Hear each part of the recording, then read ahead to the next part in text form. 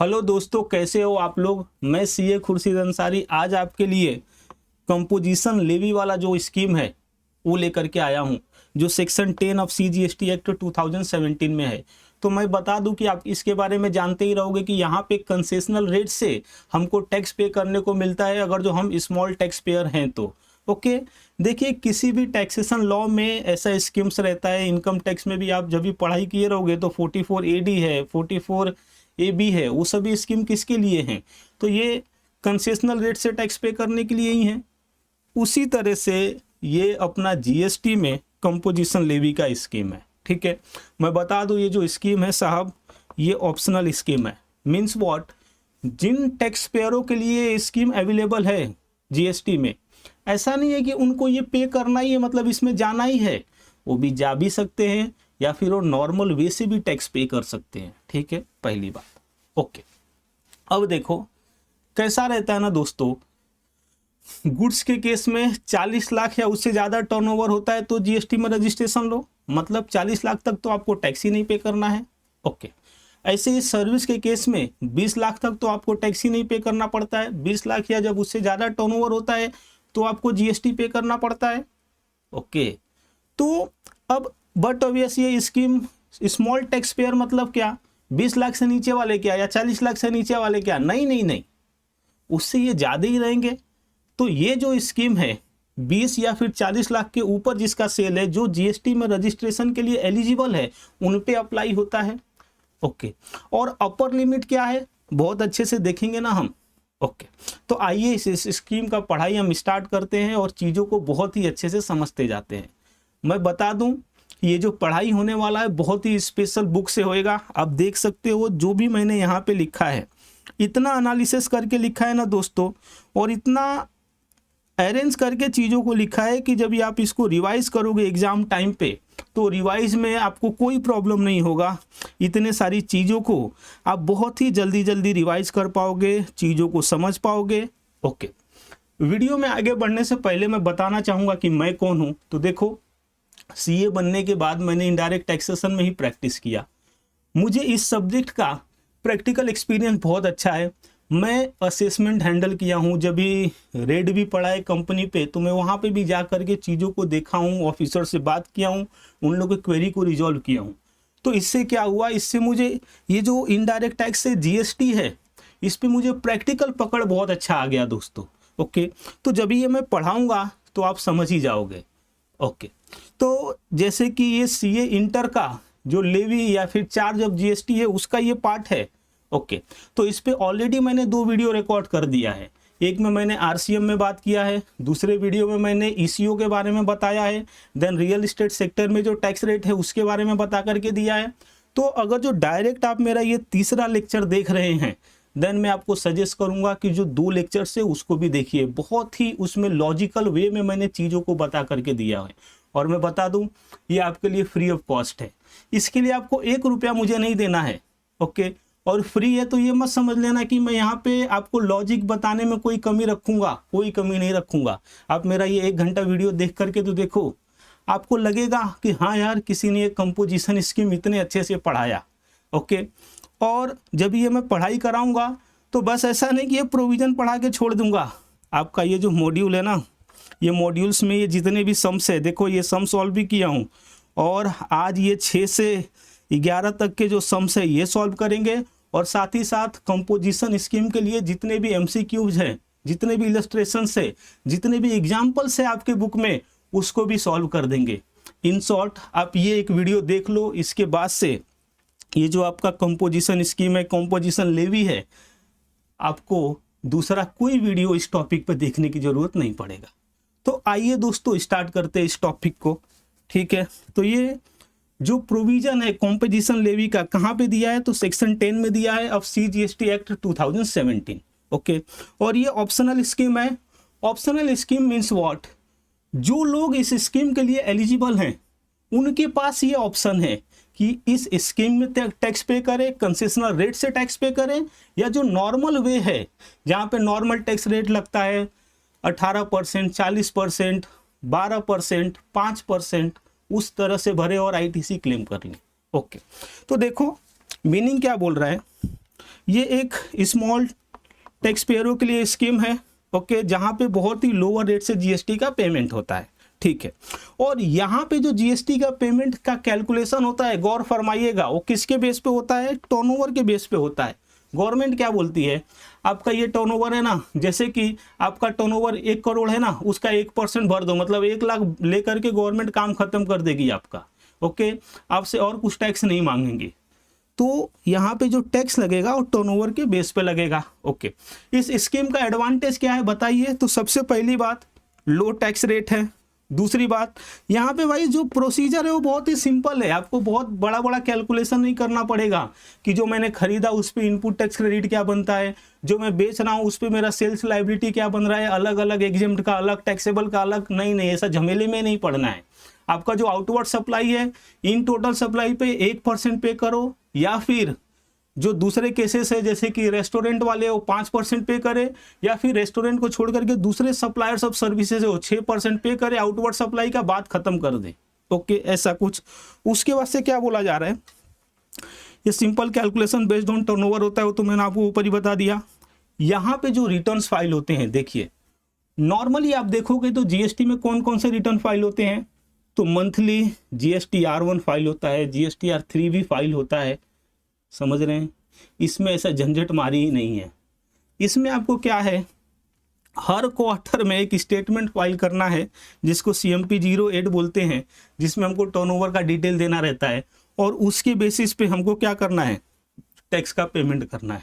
और जब ईयर खत्म हो जाए तो आपको एक एनुअल रिटर्न फाइल करना है जो फॉर्म GSTR4 में होता है। बस ये 2 चीज़ ही आपको करना है, ओके। तो क्वार्टरली करना है, मतलब 3 महीने में एक बार आपको काम करना पड़ेगा, तो 4 महीने, एक साल में 4 बार आपको काम करना पड़ेगा, और जस्ट एक एनुअल रिटर्न फाइल करना पड़ेगा।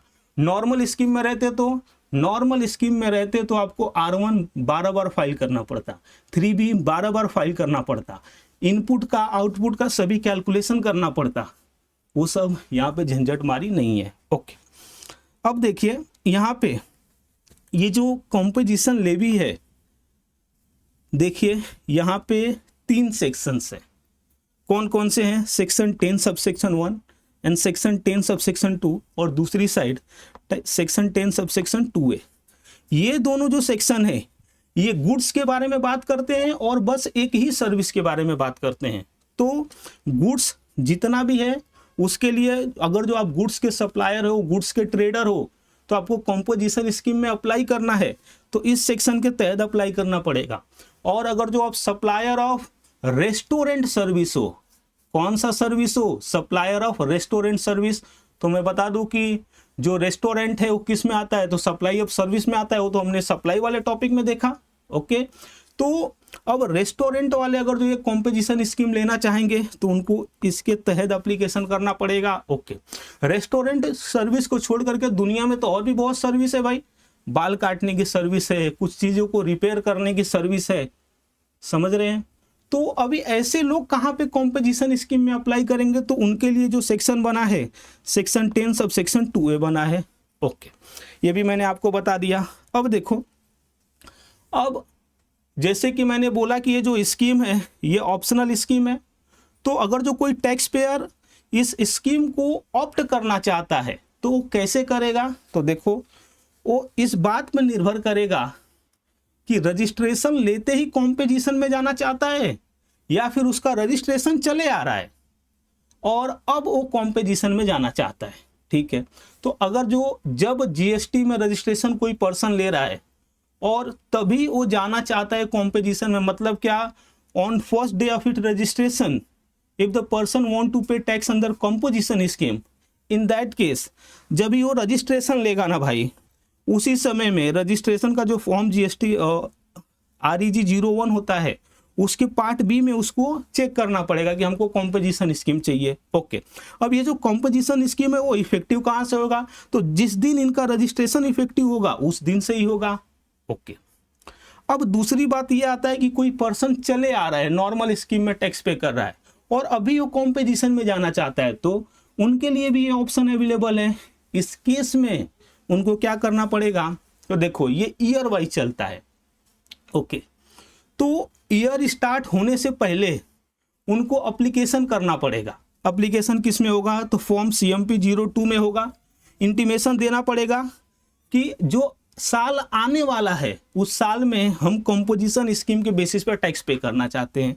ओके, और ये जो इंटीमेशन देना है याद रखिएगा before the start of financial year देना है।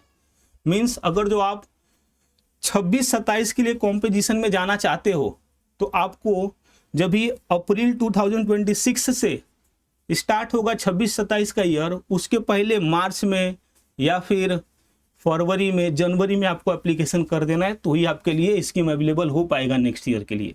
ओके, अब ये स्कीम कहाँ से इफेक्टिव होगा इन दैट केस, तो beginning of the financial year से होगा। ओके, और ये beginning of the financial year से होएगा क्या, अगर जो आप अप्रैल में रजिस्ट्रेशन लिए तो बिगिनिंग से होएगा, बाद में लिए तो बाद में से होएगा।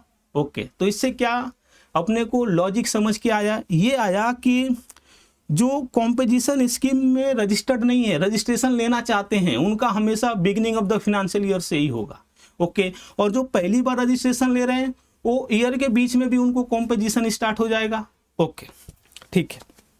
अब देखो मोस्ट इंपॉर्टेंट भाई, ये स्कीम अवेलेबल किसको है, तो वो टर्नओवर के बेसिस पे डिसाइड होगा कि किसको स्कीम अवेलेबल है और किसको स्कीम अवेलेबल नहीं है।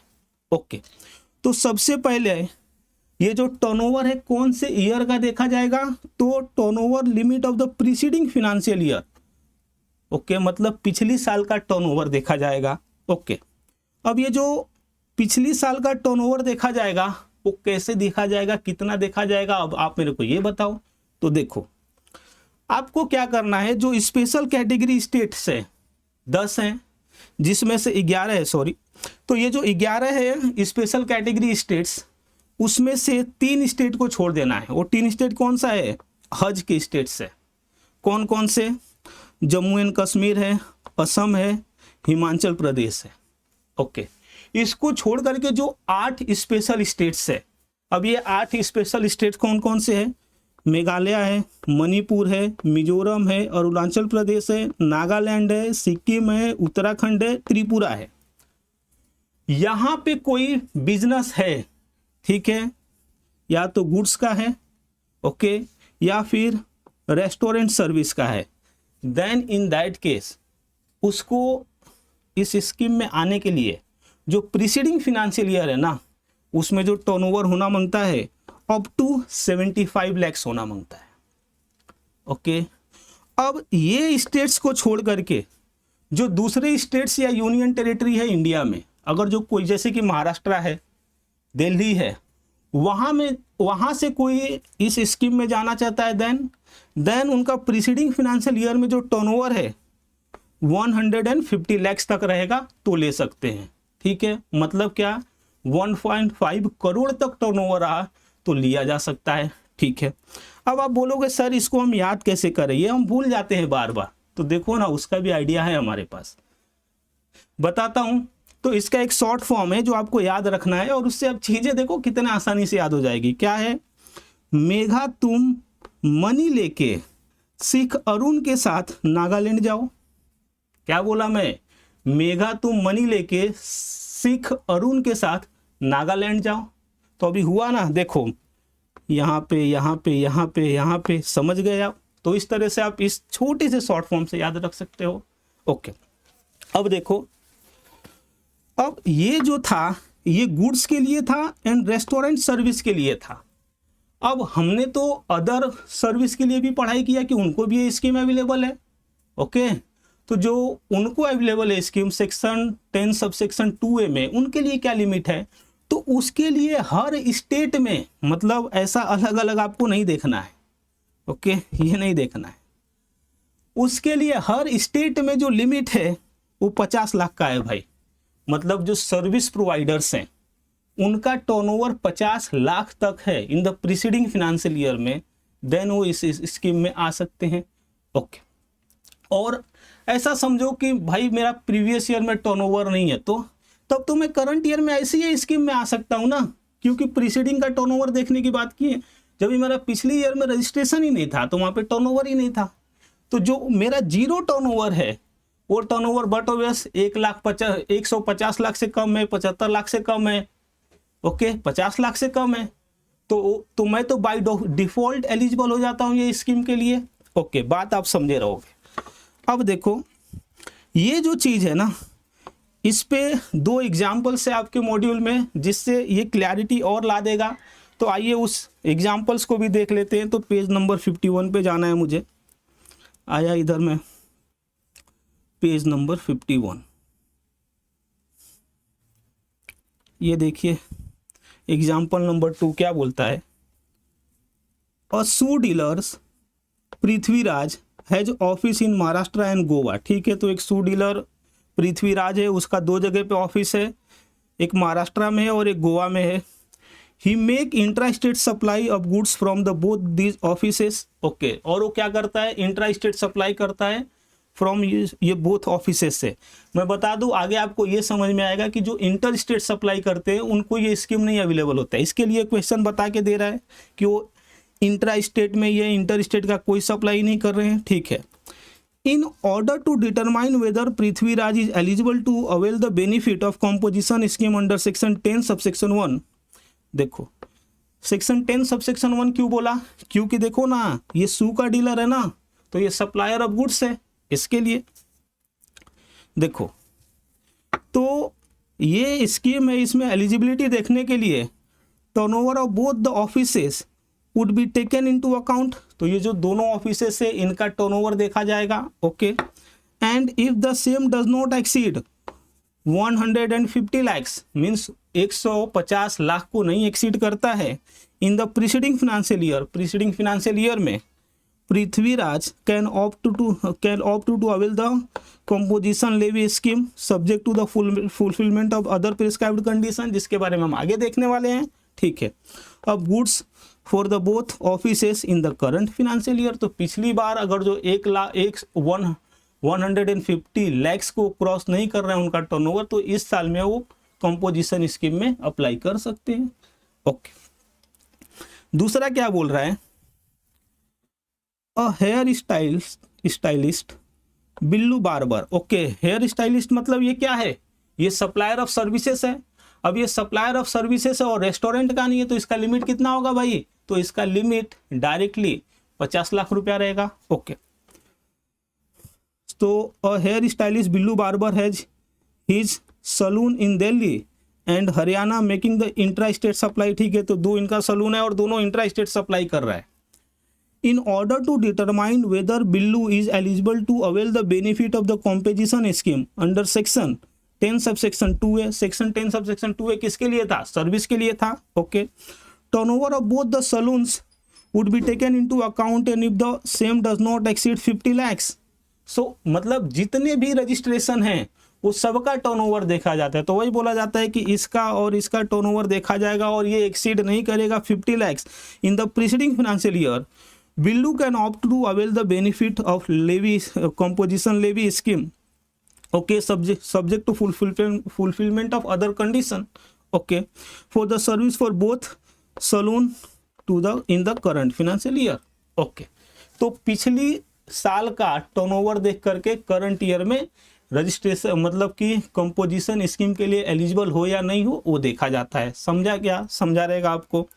अब आगे बढ़ते हैं हम, आगे क्या बोला जा रहा है, देखिए आगे ये बोला जा रहा है कि रेट ऑफ टैक्स। ओके, हमने आपको तो ये समझा दिया कि कैसे आपको ये निकालना है कि कोई एंटिटी ये स्कीम में आ सकती है कि नहीं आ सकती है, तो टर्नओवर के बेसिस पे आपने ये निकाल लिया।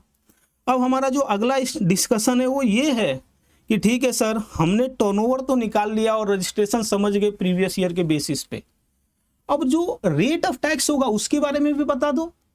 तो देखो क्या बोला जा रहा है, composition scheme category of the registered person and rate.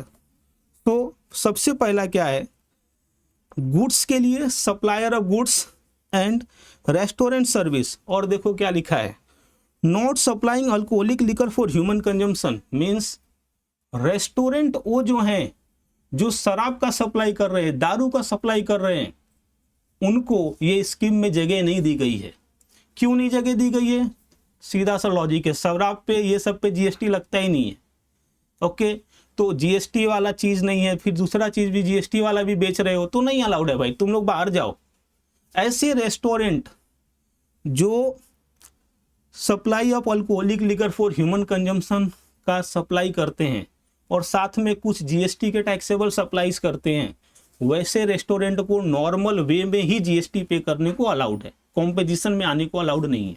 Okay, तो देखो अभी क्या बोला जा रहा है कि ये जो गुड्स के डीलर है वो क्या हो सकते हैं, तो मैन्युफैक्चरर हो सकते हैं या फिर ट्रेडर हो सकते हैं। तो अगर जो मैन्युफैक्चरर रहे तो भी 1% जीएसटी लगेगा, और अगर जो ट्रेडर रहे तो भी 1% जीएसटी लगेगा। अब ये 1% लगेगा मतलब ये सेंट्रल के पास आधा जाएगा, स्टेट के पास आधा जाएगा, तो 0.5 सेंटर सीजीएसटी एंड 0.5 एसजीएसटी लगेगा जिस स्टेट में भी रहेंगे उस स्टेट का। सोचने और समझने वाली बात यह है दोस्तों कि मैन्युफैक्चरर के केस में टोटल टर्नओवर पे लगेगा, टोटल टर्नओवर, और ट्रेडर के केस में टैक्सेबल टर्नओवर पे लगेगा ये 1%। ओके, जैसे कि कोई एक सप्लायर है, अगर जो ट्रेडर है और एग्जेम्प्ट और टैक्सेबल सप्लाई दोनों कर रहा है तो उसको 1% टैक्स भरना पड़ेगा टैक्सेबल सप्लाई पे। ओके, अगर जो कोई मैन्युफैक्चरर है और वो भी एग्जेम्प्ट और टैक्सेबल सप्लाई दोनों, एग्जेम्प्ट और टैक्सेबल गुड्स दोनों का सप्लाई कर रहा है, देन उसको 1% इन टोटल सप्लाईज पे जीएसटी भरना पड़ेगा इस स्कीम में, अगर जो आना चाहता है और इस स्कीम के तहत टैक्स को पे करना चाहता है तो। ओके, अब ये जो कैटरिंग एंड रेस्टोरेंट वाले हैं इनको 5% के रेट से जीएसटी भरना पड़ेगा साहब। ओके, अब ये 5% का आधा क्या होएगा, तो 2.5% सीजीएसटी का बनेगा और 2.5% एसजीएसटी का या फिर यूटी जीएसटी का बनेगा, एज द केस में भी। तो रेट आपको समझा रहेगा। अब सर्विसेज के बारे में क्या है साहब, अदर सर्विसेज मतलब रेस्टोरेंट और कैटरिंग की सर्विस छोड़ करके बात कर रहे हैं। तो इस केस में जो रेट ऑफ टैक्स है वो 6% है, 3% CGST and 3% SGST UT GST of turnover. ये भी याद रखो, इनको भी टर्नओवर पे भरना है, मतलब सप्लाई ऑफ सर्विस के केस में टर्नओवर पे ही जीएसटी लगेगा, क्योंकि देखो ना रेस्टोरेंट में भी वही है और अदर सर्विस में भी वही है।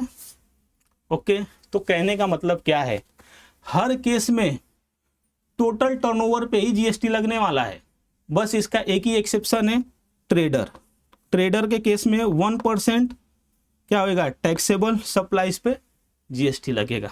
ओके, तो मैंने रेट भी बता दिया आपको। अब देखो इंपॉर्टेंट चीज ये चीज क्या है बताता हूं, aggregate turnover and turnover in the state. Aggregate मतलब क्या होता है, इन टोटल।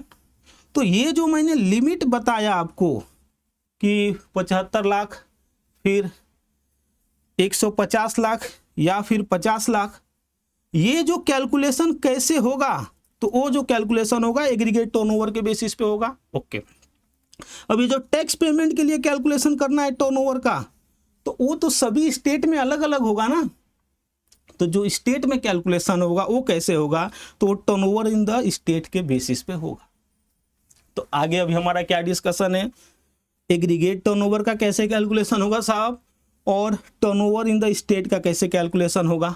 ओके, तो एग्रीगेट टर्नओवर कैलकुलेट करने के लिए सेम पैन नंबर पे जितने भी रजिस्ट्रेशन है ऑल ओवर इंडिया, वो सबका टर्नओवर जोड़ दिया जाएगा, और उसके बाद से वो टर्नओवर 150 लाख तक है in case of goods, then composition scheme allowed होगा, अदरवाइज नहीं अलाउड होगा। और सर्विस के केस में other than restaurant service 50 lakh तक है तो ये अलाउड होगा। ओके, एक बार समझ लो कोई स्कीम में आ गया, अभी 10 जो उनके यूनिट्स हैं अलग अलग स्टेट में, तो अलग अलग स्टेट में जीएसटी पे होगा, तो वो जो कैलकुलेशन होगा टर्नओवर इन द स्टेट के बेसिस पे होगा। ओके, तो सबसे पहले हम क्या करते हैं, एग्रीगेट टर्नओवर कैसे कैलकुलेट होगा वो सीख लेते हैं। ओके, तो देखिए how to calculate the aggregate turnover. तो इसके लिए आपको क्या करना है, it's include total outward supply, जो भी आपका आउटवर्ड सप्लाई है वो सब जुड़ जाएगा। टोटल मतलब समझते हैं, जो भी आपका टैक्सेबल है, जो भी आपका एग्जेम्प्ट है, जो भी आपका export and intra state supplies हैं, एंड देन टैक्सेस भी जुड़ेगा अदर देन जीएसटी। तो टोटल टर्नओवर में क्या क्या आएगा, टैक्सेबल सप्लाई आएगा, एग्जेम्प्ट सप्लाई आएगा, एक्सपोर्ट एंड इंटरस्टेट सप्लाई जाएगा, और टैक्सेस अदर देन जीएसटी। अभी आप बोलोगे सर आप तो बोल रहे थे जो इंटर स्टेट सप्लाईज करेंगे, एक्सपोर्ट भी इंटर स्टेट सप्लाईज में ही आता है, तो वो लोग तो ये स्कीम के लिए एलिजिबल ही नहीं है।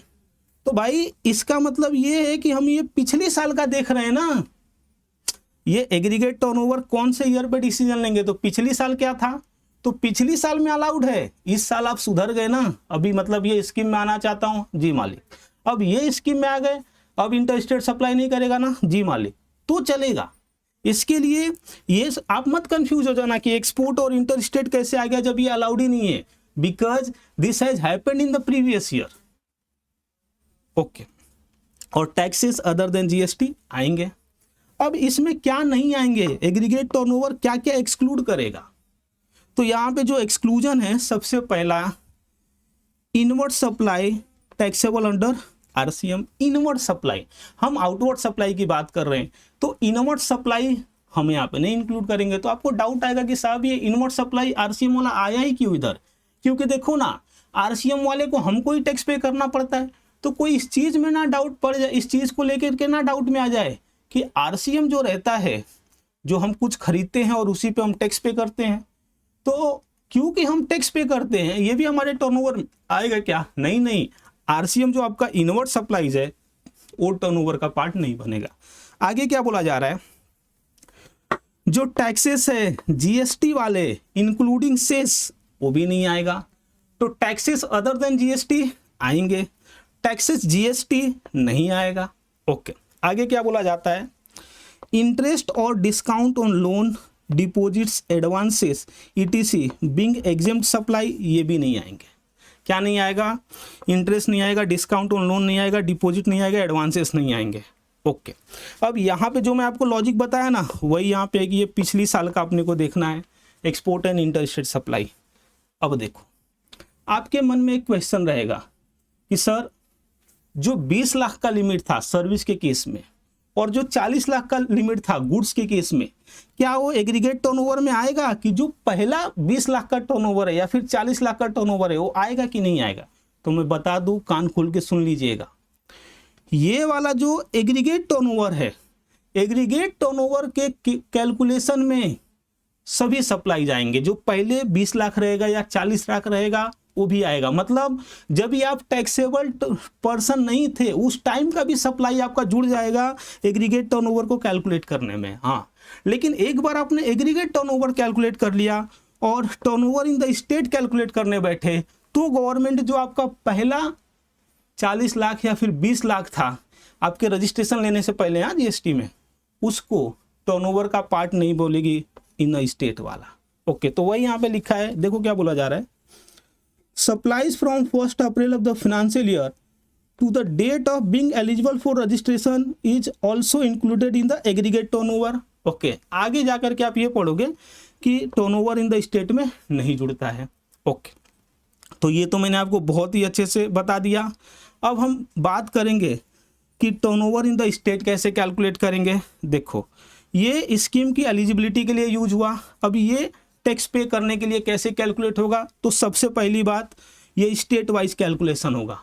मतलब एक बिजनेस के जितने ब्रांचेस रहेंगे वो सभी ब्रांच का अलग अलग कैलकुलेशन होगा, और ये क्या हुआ था, सभी का इन टोटल हुआ था, एक साथ हुआ था, एग्रीगेट हुआ था। ओके, तो देखो यहाँ पे क्या बोला जा रहा है कि आपको क्या करना है, तो टैक्सेबल सप्लाईज लेना है, एग्जेम्प्ट सप्लाई लेना है और टैक्सेस लेना है अदर देन जीएसटी।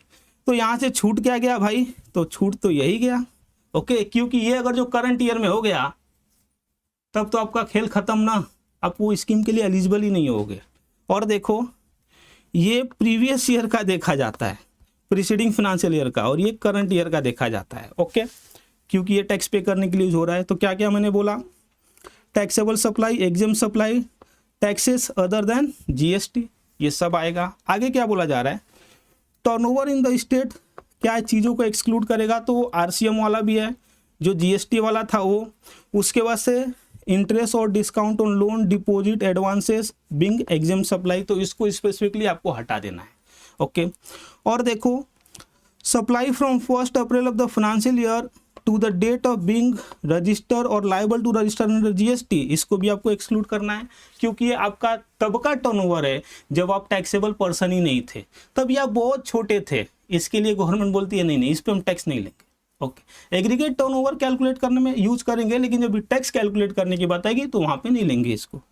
ठीक है, अब जो मैंने ये आपको बात बता दिया, इस बात पे भी हमको बहुत सारे इलस्ट्रेशन देखना है। 3 इलस्ट्रेशन है, तो आइए देख लेते हैं उसको भी, पहला, दूसरा एंड तीसरा। पेज नंबर 54 पे मुझे जाना है। ओके, तो 51, 52, 53, 54। ओके, इलस्ट्रेशन नंबर 1 क्या बोल रहा है? Tax payer Tolaram is a manufacturer. देखो, अभी आपको याद रखना पड़ेगा कि वो मैन्युफैक्चरर है कि ट्रेडर है, क्योंकि अकॉर्डिंगली टैक्स का रेट अप्लाई होगा टैक्सेबल टर्नओवर पे या फिर टोटल टर्नओवर पे। ओके, तो मैन्युफैक्चरर है सबसे पहली बात। ओके, और मैन्युफैक्चरर किस चीज़ का रहेगा? गुड्स का रहेगा, तो 1% टोटल टर्नओवर पे लगेगा। ओके, टोटल टर्नओवर ओवर पे लग जाएगा। Okay, who has opted for composition levy under section 10 subsection 1 having one unit A in UP and another unit A2 in MP। ठीक है, तो तोलाराम एक मैन्युफैक्चरर हैं, उनके 2 यूनिट्स है, A1 जो यूपी में है, उसके बाद से जो दूसरा यूनिट A2 है वो MP में है। ठीक है, total turnover of the 2 unit in the preceding financial year was 115 lakhs। ये 115 lakhs कभी का था? Preceding financial year. तो ये किसके लिए यूज होगा बताओ? स्कीम में एलिजिबिलिटी कैलकुलेट करने के लिए।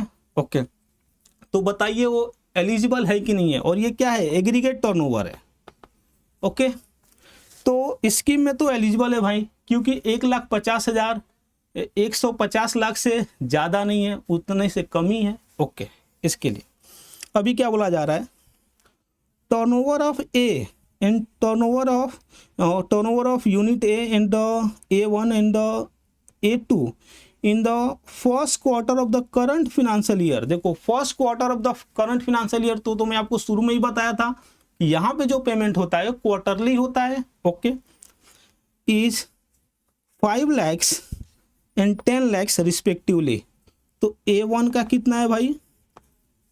A1 का 5 lakhs है और A2 का 10 लाख है। ओके, अभी क्या बोल रहा है क्वेश्चन?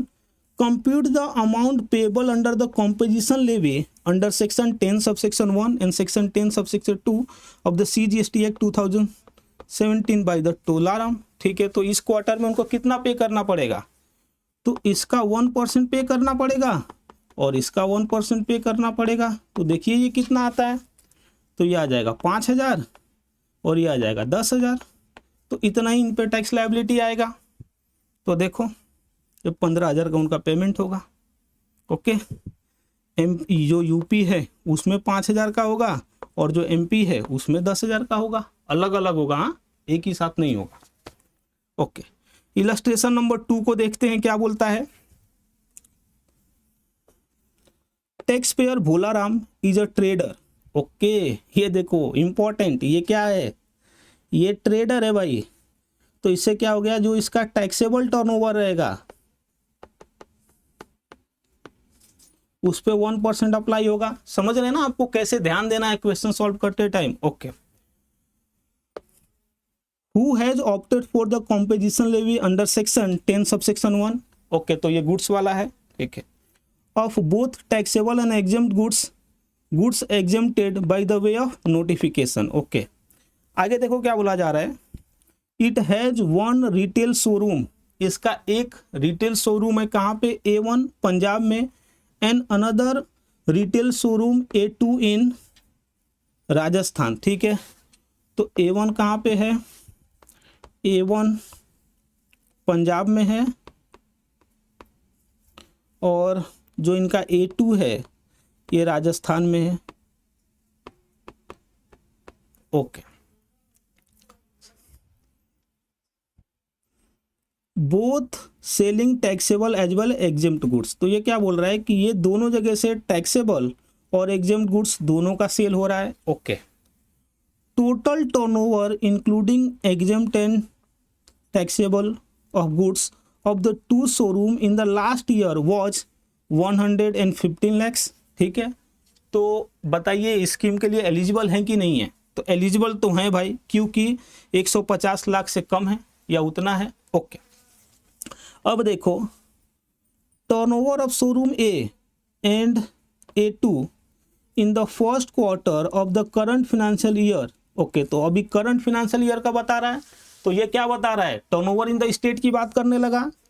इज 35 लैक्स A1 का, तो 35 लैक्स है, जिसमें से जो A1 का 15 लाख है, जिसमें से ओके ऐसा बोल रहा है कि इन the first quarter of the current financial year 35 lakhs का टर्नओवर है, जिसमें से जो A1 है उसका 15 लाख है, जिसमें से 5 lakh from the sale of taxable goods and 10 lakh from the sales of the exempt goods. ठीक है, तो A1 का क्या बोल रहा है कि A1 का बोल रहा है कि 15 लाख का सेल हुआ है, जिसमें से 5 लाख और 10 लाख अलग अलग है। जो 5 लाख है वो टैक्सेबल गुड्स का है, और जो 10 लाख है वो एग्जेम्प्ट गुड्स का है। ठीक है, तो ये एग्जेम्प्ट गुड्स का है। ओके, आगे क्या बोला जा रहा है? A2 में 20 लाख का सेल हुआ है, तो देखो 20 लाख और ये 15 लाख, तो 35 लाख निकल के आ गया। ओके, अब बोला जा रहा है कि ये जो 20 लाख का सेल है A2 में, 10 lakh from the sale of the taxable goods, okay, and 10 lakh from the sale of the exempt goods. तो इसका क्या हुआ है? 10 लाख टैक्सेबल गुड्स का सेल हुआ है और 10 लाख ही एग्जेम्प्ट गुड्स का सेल हुआ है।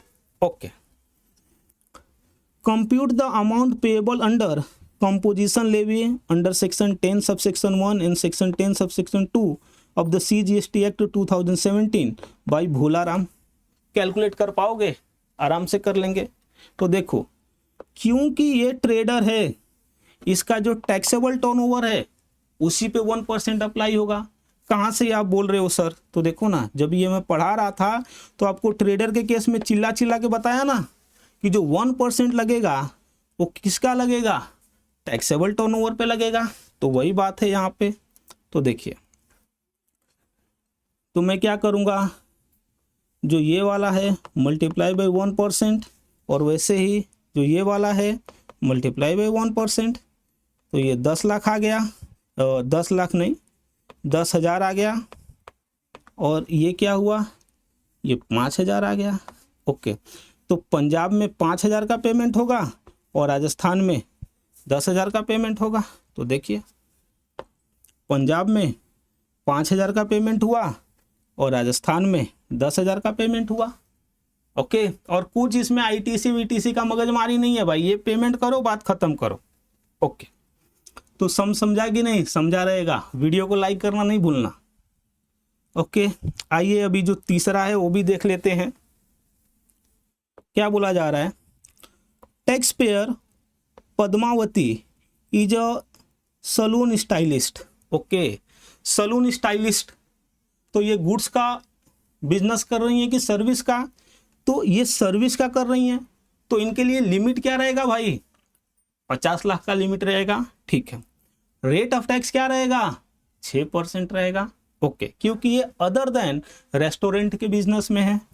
Okay, who has opted for the composition levy? उन्होंने कॉम्पोजिशन लेवी के लिए ऑप्ट किया है, और कौन से सेक्शन में किया है? सेक्शन 2 सबसेक्शन सेक्शन 10 सबसेक्शन 2 है, उसमें ही तो इनको करना रहता है, क्योंकि सप्लायर ऑफ सर्विस है अदर देन रेस्टोरेंट सर्विस।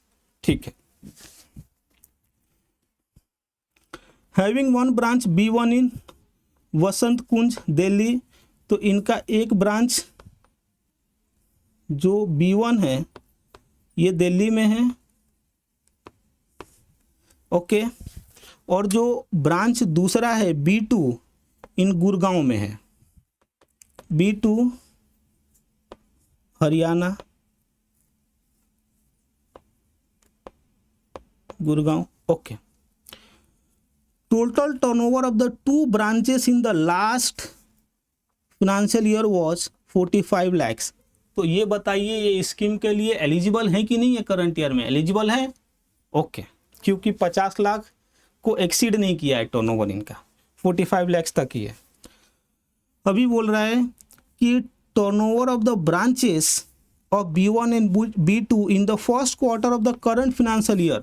ये क्वार्टर वाइज क्यों बता रहा है अपने को डेटा, आप समझ रहे हैं? क्योंकि यहाँ पे जो पेमेंट होता है वो क्वार्टर वाइज होता है। देखिए ना, मैंने क्या बोला कि जो पेमेंट होगा वो क्वार्टर वाइज होगा, ओके। इसके लिए तो क्या बोल रहा है, turnover of the branch B1 and B2 in the first quarter of the current financial year is 5 lakhs and 10 lakhs respectively. तो कितना कितना है बताइए?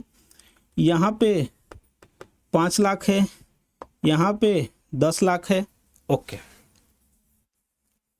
Compute the amount payable under the composition levy under section 10 subsection 2A of the CGST act 2017 by Padmavati. तो बताइए कितना % apply होगा, याद है सर्विस के केस में? तो 6%, ओके, 6%।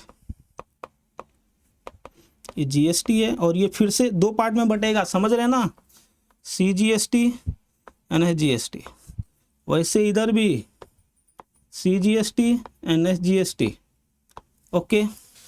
तो देखो ये कितना हो जाएगा, तो 5 6 के 30, तो 30,000 इधर हो जाएगा इन टोटल, और यहाँ पे कितना हो जाएगा, 60,000 हो जाएगा। ये है, तो देख लेते हैं। देखो 30,000 एंड 60,000 तो 90,000। तो आपको समझ ही गया रहेगा ये कैसे मैं आपको बता रहा हूँ, ओके।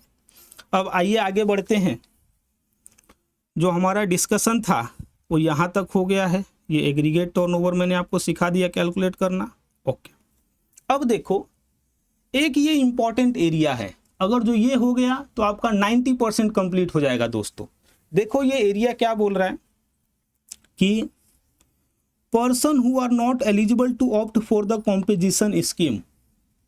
अब हम ये पढ़ाई करने जा रहे हैं कि जो ये स्कीम की हमने बात किया उसके लिए एलिजिबल कौन नहीं होगा, ठीक है। ये थोड़ा टेक्निकल है, समझना अच्छे से। तो अब ये जो तीनों सेक्शन है, section 10 sub section 1, section 10 sub section 2 and section 10 sub section 2A, तीनों का जो एलिजिबिलिटी है जिसमें से बाहर लोग निकलते हैं, हम एक ही साथ में सीखेंगे, ठीक है ना, ओके। तो सबसे पहला क्या बोल रहा है कि जो नॉन टैक्सेबल सप्लाईज करेगा। नॉन टैक्सेबल सप्लाईज का मतलब क्या साहब? तो देखो मैं बताता हूं।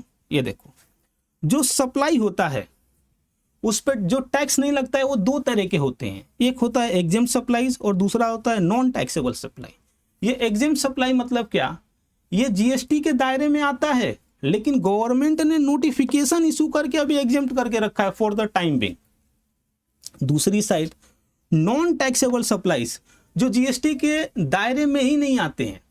अभी ऐसा कौन सा सप्लाई है? तो alcoholic liquor for human consumption, वो तो GST के डेफिनेशन से ही बाहर है, ओके। जब मैं ये चैप्टर का पहला लेक्चर स्टार्ट किया था उसमें आपको ये कितने अच्छे से बताया था। एंड देन जब भी मैं पहला चैप्टर पढ़ाया था इंट्रोडक्शन टू GST, उसमें तो क्या लॉजिक दिया था आपको। इनकेस अगर आपने नहीं देखा है अब तक लेक्चर तो जाइए देखिए, प्यार हो जाएगा उस लेक्चर से, आपको एक बार देख लेंगे तो, ओके। तो देखो यहाँ पे क्या बोला जा रहा है, यहाँ पे ये बोला जा रहा है कि इस जो सप्लाई है जिस पे टैक्स नहीं लग रहा है वो 2 तरह के हो सकते हैं। एक तो एग्जेम्प्ट सप्लाई जो नोटिफिकेशन के थ्रू एग्जेम्प्ट है, ओके। तो अगर जो ये सप्लाई कर रहा है टैक्स पेयर, जो ऊपर बहुत सारे सिचुएशन में देखे हमने, बहुत सारे सम्स में देखे कि जो सप्लाई था एग्जेम्पशन के थ्रू नोटिफाइड हुआ था। जो एग्जेम्प्ट सप्लाई था वो एग्जेम्पशन के थ्रू नोटिफिकेशन में आया था कि इस पर टैक्स नहीं लगेगा, ओके। दूसरी साइड जो चार्जिंग सेक्शन से एक्सक्लूड होते हैं, alcoholic liquor for human consumption and 5 petro product, अगर जो कोई इसका सप्लाई करता है, कोई भी मैन्युफैक्चरर हो, ट्रेडर हो, ओके, या फिर कोई भी गुड्स का डीलर हो, या फिर रेस्टोरेंट में काम कर रहा हो, रेस्टोरेंट का बिजनेस है, या फिर किसी भी सर्विस में है और ये चीज़ें हैं तो नहीं चलेगा भाई, ओके। वही यहाँ पे बोला जा रहा है, ओके। तो पहला तो समझ ही गए। दूसरा क्या बोलता है कि जो भी पर्सन इंटर स्टेट सप्लाई में लग गया है भाई, तो जो इंटर स्टेट सप्लाई में लग गया है उनके लिए ये स्कीम नहीं बना हुआ है। देन जो भी सप्लाई ऑफ सर्विस कर रहा है, याद रखिएगा साहब, supply of service through eco, और वो जो ईसीओ है उसको क्या करना है, टैक्स कलेक्ट करना है, मतलब टीसीएस कलेक्ट करना है अंडर सेक्शन 52। मतलब कि ईसीओ के थ्रू आप सप्लाई ऑफ सर्विस कर रहे हो और उस ईसीओ को सेक्शन 52 के तहत अब सीजीएसटी एक्ट 2017 क्या करना है, टीसीएस काटना है आपके सर्विस पे। देन इन दैट केस ऐसे सप्लायर्स ऑफ सर्विसेज ये जो अपना कॉम्पोजिशन स्कीम है इसमें नहीं आ सकते। ओके, आगे क्या बोला जा रहा है, it is a casual taxable person और नॉन रेसिडेंट टैक्सेबल पर्सन। ठीक है, तो वो लोग भी ये स्कीम में नहीं आ सकते। आगे ये देखो, it is a manufacturer of, मतलब एंगेज इन मैन्युफैक्चरिंग, मतलब ऐसे पर्सन्स जो मैन्युफैक्चरिंग में एंगेज है। देखिए मैन्युफैक्चरिंग बोल रहा है, ट्रेडिंग नहीं, मतलब ये सभी चीज़ों का ट्रेडिंग अलाउड होगा, मैन्युफैक्चरिंग पे ही रोक लगा है। ओके, सो देखो, is engage in the manufacturing of the following goods during the current और प्रीसीडिंग फाइनेंशियल ईयर। और क्या है, ये जो रोक है ये करंट फाइनेंशियल ईयर के लिए भी है और प्रीसीडिंग फाइनेंशियल ईयर के लिए भी है। ओके, तो अभी ये क्या क्या चीज़ है भाई जिसका मैन्युफैक्चरिंग करेंगे तो कंपोजिशन स्कीम में नहीं आ सकते, और इसके पीछे क्या लॉजिक है मैं बकायदे आपको बता करके दूंगा, बस आप मेरे साथ बने रहिए। तो देखो सबसे पहले क्या बोल रहा है, ये जो ब्रिक्स बन रहा है ना, ब्रिक्स, उसका ये देखो ब्रिक्स हुआ, रूफिंग टाइल्स हुआ। ओके, अब इनके सप्लायर्स कॉम्पोजिशन में नहीं आ सकते। क्यों ऐसा है, तो देखो मैंने आपको बताया कि कॉम्पोजिशन एक इजी स्कीम है जिसमें गवर्नमेंट को आपसे ज़्यादा डेटा नहीं चाहिए। उसको ये नहीं चाहिए कि भाई इनवॉइस वाइज आप क्या सेल कर रहे हो, ओके, आपका आईटीसी कितना बन रहा है। और ये जो बिजनेस है ना बहुत टैक्स चोरी वाले हैं, बहुत ही ये अनऑर्गेनाइज बिजनेस है जहाँ पे टैक्स की चोरी ऐसे ही बहुत होती है। तो गवर्नमेंट क्या बोलता है, अगर जो मैं ऐसे सप्लायर्स को कॉम्पोजिशन स्कीम में डाल दिया तो ये तो पहले से ही चोरी करते आ रहे हैं और चोरी बढ़ा देंगे, इसीलिए इनको मत डालो, इनसे पूरा डेटा मांगो, सेल का डेटा मांगो, परचेज का डेटा मांगो, और इज्जत से जो नॉर्मल स्कीम है उनमें इन लोगों को काम करने दो। अदरवाइज यहाँ पे आएंगे ना कॉम्पोजिशन में तो जो गवर्नमेंट की रेवेन्यू है उसको खा जाएंगे भाई, इसीलिए इसको बाहर रखा गया। दूसरा देखिए, ये आइसक्रीम और अदर एडिबल आइस, तो देखो ये जो आइसक्रीम का बिजनेस है ना, एक साइड बहुत ऑर्गेनाइज्ड भी है, दूसरी साइड बहुत अनऑर्गेनाइज्ड भी है। तो जो ऑर्गेनाइज है उसमें बहुत बड़े बड़े प्लेयर्स है, जैसे कि अमूल है, समझ रहे हैं। तो ये जो अमूल है उसका कितना बड़ा बिजनेस है, फिर हिंदुस्तान यूनिलीवर्स है। तो अभी इसका बिजनेस जहाँ पे ये लोग का तो बताइए ना 150 करोड़ लाख ही टर्नओवर रहेगा क्या इन लोग का, अरे इन लोग का तो कितना टर्नओवर रहेगा। तो और दूसरी साइड जो छोटे मोटे लोग हैं जो डुप्लीकेट सामान बना रहे हैं, सामान में दम नहीं है, आइसक्रीम कैसे भी बना दे रहे हैं, उनको गवर्नमेंट अगर जो 18% छूट देगी, छूट कैसे, अरे जीएसटी उन लोग को 1% ही तो भरना पड़ेगा, तो 17% तो कम लगेगा ना कंपेयर टू जो ऑर्गेनाइज सेक्टर में बड़े बड़े लोग हैं। तो जो कंपटीशन था वो फेयर नहीं होता था, इसीलिए इन लोगों ने क्या बोला कि आइसक्रीम और अदर एडिबल आइस का जो बिजनेस में है वो लोग भाई ये कंपोजिशन स्कीम में नहीं आ सकते। मैं बात कर रहा हूँ मैन्युफैक्चरर का, अगर जो कोई आइसक्रीम खरीद के बेच रहा है उसको अलाउड है। ओके, आगे देखिए क्या बोला जा रहा है, पान मसाला हो गया, old tobacco goods and tobacco substitutes या फिर एरिएटेड वाटर्स। अब ये क्या है, ये लग्जरियस गुड्स या फिर सीन गुड्स है। सीन मतलब पाप वाले गुड्स से, मैं गुटखा खा रहा हूँ, मैं सिगरेट पी रहा हूँ, ओके, और उस पर गवर्नमेंट बोले जा रहे हैं ये जो बेच रहा है ना उस पर 1% का टैक्स लगा है, फिर तो ये जो लोग हैं जुआड़ी शराबी ये तो और बढ़ जाएंगे ना इंडिया में। ओके, और ये एरिएटेड वाटर बोले तो ये हेल्थ के लिए सही नहीं रहता है, समझ रहे, अरे इसमें क्या आएगा, स्प्राइट आएगा, कोको कोला आएगा, थम्स अप आएगा। इंडिया जैसे देश में जहाँ पे लस्सी अवेलेबल है, छाछ अवेलेबल है, दूध अवेलेबल है लोगों के लिए, आप ये एरिएटेड वाटर पीने की बात कर रहे हो, पियो, अगर जो पीना है ना लग्जरी बनना है बनो। साथ ही साथ यहाँ पे गवर्नमेंट का जो टैक्स रेट है ना 40% है, यहाँ पे भी 40% है एज ऑफ नाउ। तो ये जो टैक्स है अब 1% तो गवर्नमेंट लगाने वाली नहीं है, इसीलिए इस दोनों को भी बाहर कर दिया। ये कहाँ पे दिया गया है, कहाँ पे नोटिफाई किया गया, ये सेक्शन को याद रखिएगा, आपके क्वेश्चन में इसका रेफरेंस आएगा, सेक्शन 10 सब सेक्शन 2 क्लॉज ई में। ओके, तो ये भी मैंने आपको बता करके दे दिया। अब आगे बढ़ते हैं भाई, क्या बोला जा रहा है, if aggregate turnover exceed the applicable limit. ओहो, आपका जो पिछला साल था, पिछले साल में आपका 150 लाख से कम टर्नओवर था, तो करंट ईयर में आप आ गए। अब करंट ईयर में भाई आपने इतना अच्छा बिजनेस किया कि दिसंबर जाते जाते 150 लाख करंट ईयर में टर्नओवर हो गया। तो अब गवर्नमेंट क्या बोल दिया, अरे भाई ये तो बड़ा बिजनेसमैन हो गया, जल्दी से रोक इसको, अब ये स्कीम कोई आगे कंटिन्यू नहीं कर सकता। तो वही बोला जा रहा है, कौन एलिजिबल नहीं है, तो ऐसा पर्सन जिसका if aggregate turnover exceed the applicable limit 150 lakh, 75 lakh, 50 lakh during the current financial year, in such case person shall not be eligible to continue. वो कंटिन्यू नहीं कर सकता भाई, तुरंत आप बड़े हो गए गवर्नमेंट के नजर में। कॉम्पोजिशन स्कीम को छोड़ो यार, आपके लिए अब जो रेगुलर स्कीम है उसमें आओ, उसका मजा लो, आईटीसी क्लेम करो, इनवर्ड सप्लाई पे और आउटवर्ड सप्लाई पे टैक्स पे करो, 12 रिटर्न फाइल करो साल में, R1 और 12E3 भी फाइल करो तो 24 रिटर्न फाइल करो। ओके, तो वो कंटिन्यू नहीं कर सकता as a composition taxable person from that date. तो जिस दिन पे उनका ये 150 लाख का लिमिट टूट गया, 150 लाख जहाँ जहाँ मैं बोल रहा हूँ तीनों आप समझ लीजिएगा स्पेशल केस में। ओके, तो जब ये टूट गया तो उसके बाद आप इसमें कंटिन्यू नहीं कर सकते। अब देखो, एक यहाँ पे और कंडीशन है, और ये कंडीशन बड़ा ही मज़ेदार है। ये कंडीशन किसके बारे में है, तो देखो, जब ये कॉम्पोजिशन स्कीम आया ना, तो बोल रहे गुड्स पे कॉम्पोजिशन स्कीम अवेलेबल है। तो बहुत सारे मार्केट में ऐसे बिजनेसेस हैं जहाँ पे गुड्स तो मेन रहता है, लेकिन साथ ही साथ थोड़ा बहुत सर्विस भी दिया जाता है।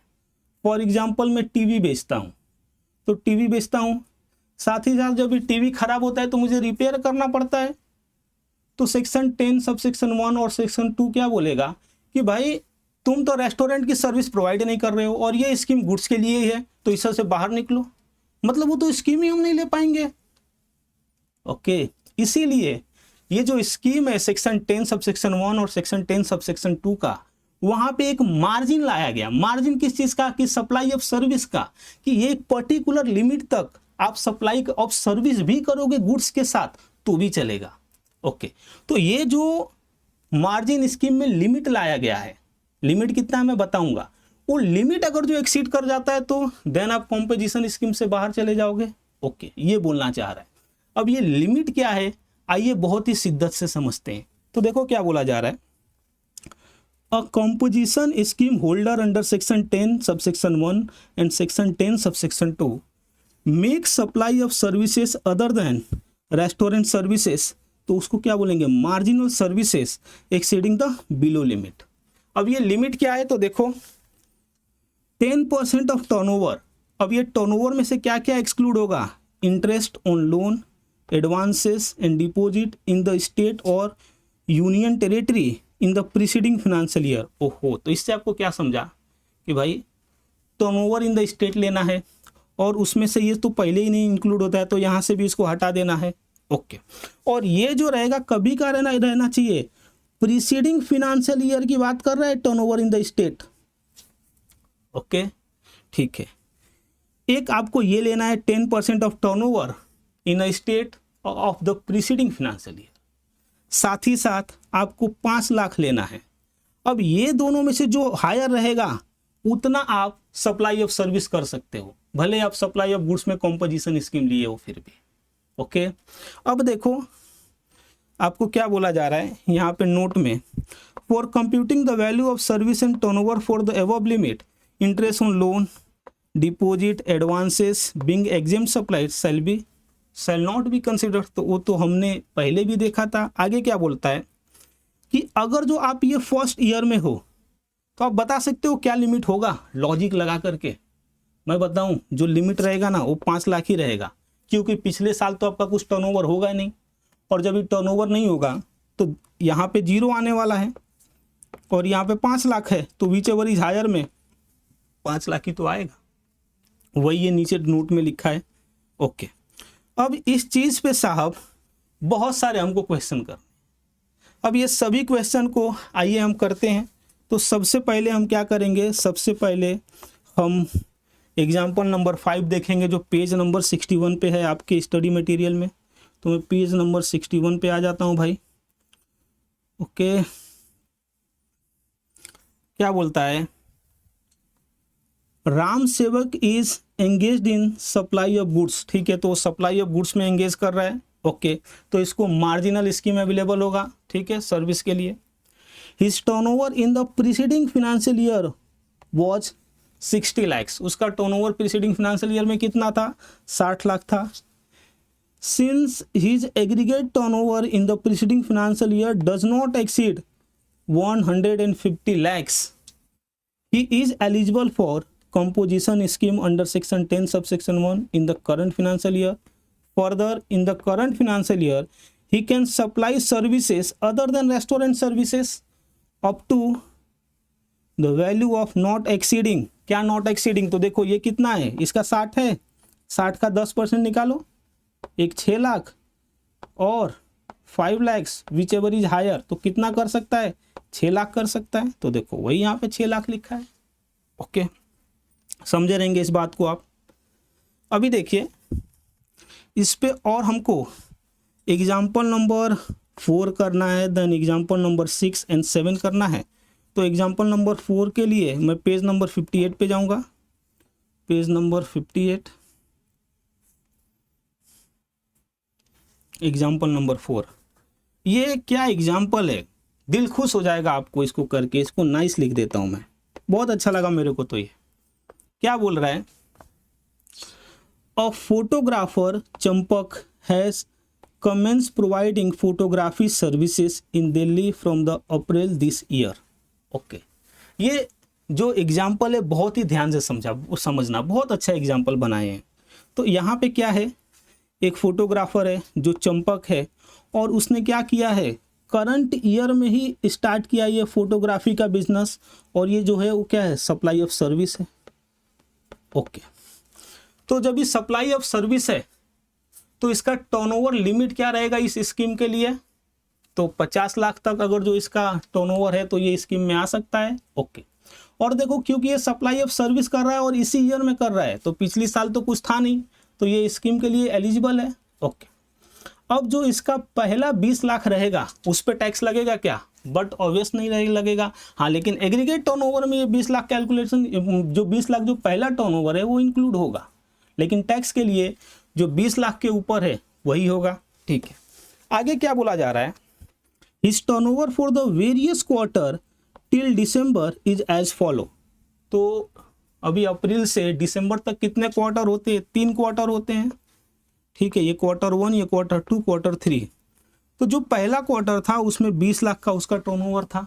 ओके, जब ये जुलाई से सितंबर तक आया तो 30 लाख, मतलब ये एडिशनल 30 लाख। तो यहाँ तक कितना हो गया बताइए, यहाँ तक 50 लाख हो गया। ओके, अब जब ये अक्टूबर से दिसंबर में आया तो 20 लाख, तो फिर कितना हो गया बताइए, तो यहाँ पे 70 लाख हो गया। Okay, in total turnover in a year, current year. अभी आप एनालिसिस करके बता सकते हो कि इसको जीएसटी में रजिस्ट्रेशन कभी लेना पड़ेगा, कौन से क्वार्टर में लेना पड़ेगा। तो जब ये जुलाई से सितंबर वाला क्वार्टर स्टार्ट होगा उस समय उनको रजिस्ट्रेशन लेना पड़ेगा। ओके, अब जो ये रजिस्ट्रेशन लेंगे इनके पास 2 ऑप्शन रहेगा, रजिस्ट्रेशन के साथ ही कॉम्पोजिशन में चले जाएं या फिर नॉर्मल स्कीम में जाएं। अगर जो ये कॉम्पोजिशन स्कीम में जा रहे हैं तो जो जुलाई से सितंबर में उनका सेल हुआ 30 लाख का, तो ये जो 30 लाख का सेल है इस पे जीएसटी किस रेट से भरेंगे बताइए। तो ये क्योंकि सप्लायर ऑफ सर्विसेज हैं और अदर देन रेस्टोरेंट सर्विस हैं तो इन पे 6% टैक्स लगेगा। ओके, अगर जो इन स्टेट ये सप्लाई कर रहे हैं तो अगर जो मैं 30 लाख का 6% निकालूं तो जो आएगा वो इनको टैक्स भरना पड़ेगा, आधा आधा करके, CGST और SGST। ठीक है, उसके बाद से देखो ये जो अक्टूबर टू दिसंबर है, सबसे पहले आप मेरे को बात बताओ, क्या ये स्कीम में अक्टूबर टू दिसंबर में कंटिन्यू कर सकते हैं? नहीं कर सकते, क्योंकि यहाँ पे 50 लाख टर्नओवर इनका पहुंच गया। तो जो अक्टूबर से दिसंबर है, यहाँ पे इनको जो रेगुलर स्कीम है, रेगुलर स्कीम में टैक्स भरना पड़ेगा। ओके, तो देखो यही आगे पूरा लिखा हुआ है, आप देखिएगा। देखो ये 18%, 18% किसका, ये वाले का, ठीक है। अब देखिए 90,000 किसका, ये वाले का, 6%। ओके, 20 लाख क्या बोल रहा है, sale excluded as the value of supply from the first day of the April of the financial up to the date when the such person become liable to registered, ठीक है। तो टैक्सेबल पर्सन नहीं थे, तो ये जो period था ये टैक्सेबल पर्सन नहीं थे, तो इसीलिए यहाँ पे जीएसटी नहीं लगेगा। ओके, मस्त था ना ये एग्जाम्पल। ओके, अब आगे देखिए क्या बोल रहा है। अपने को एग्जाम्पल नंबर 6 और 7 भी करना है, जो पेज नंबर 68 पे है। तो आइए यहाँ पे भी हम देख लेते हैं, पेज नंबर 68। ओके, 68,